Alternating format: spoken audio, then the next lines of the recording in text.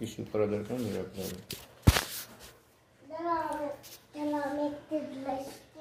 তো আমরা মজিব সাহেবের পেইন চেক করি।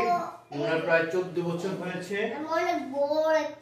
ওকে, 14 বছর হয়েছে ওনার এই যে স্ট্রোক হয়েছে। এখনো ডান পা এবং ডান হাতের মধ্যে সমস্যা রয়েছে। আমরা দেখি পেইন চেক করে দেখি ওনার কতটুকু পেইন, কেমন পেইন।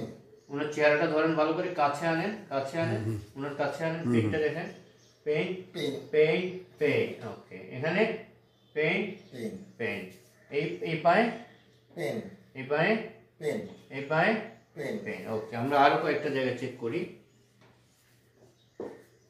বিসমিল্লাহ, হাত দিয়ে দেখি আমরা।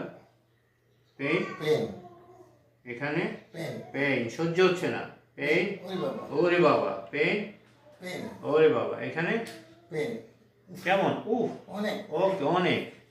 এই পায়ে দেখি,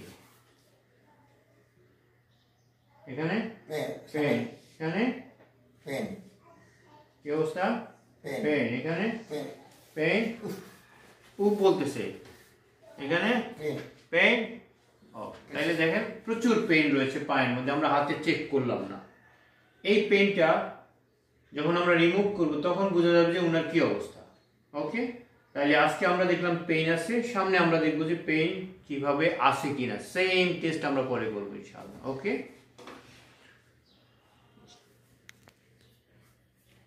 বিসমিল্লাহ।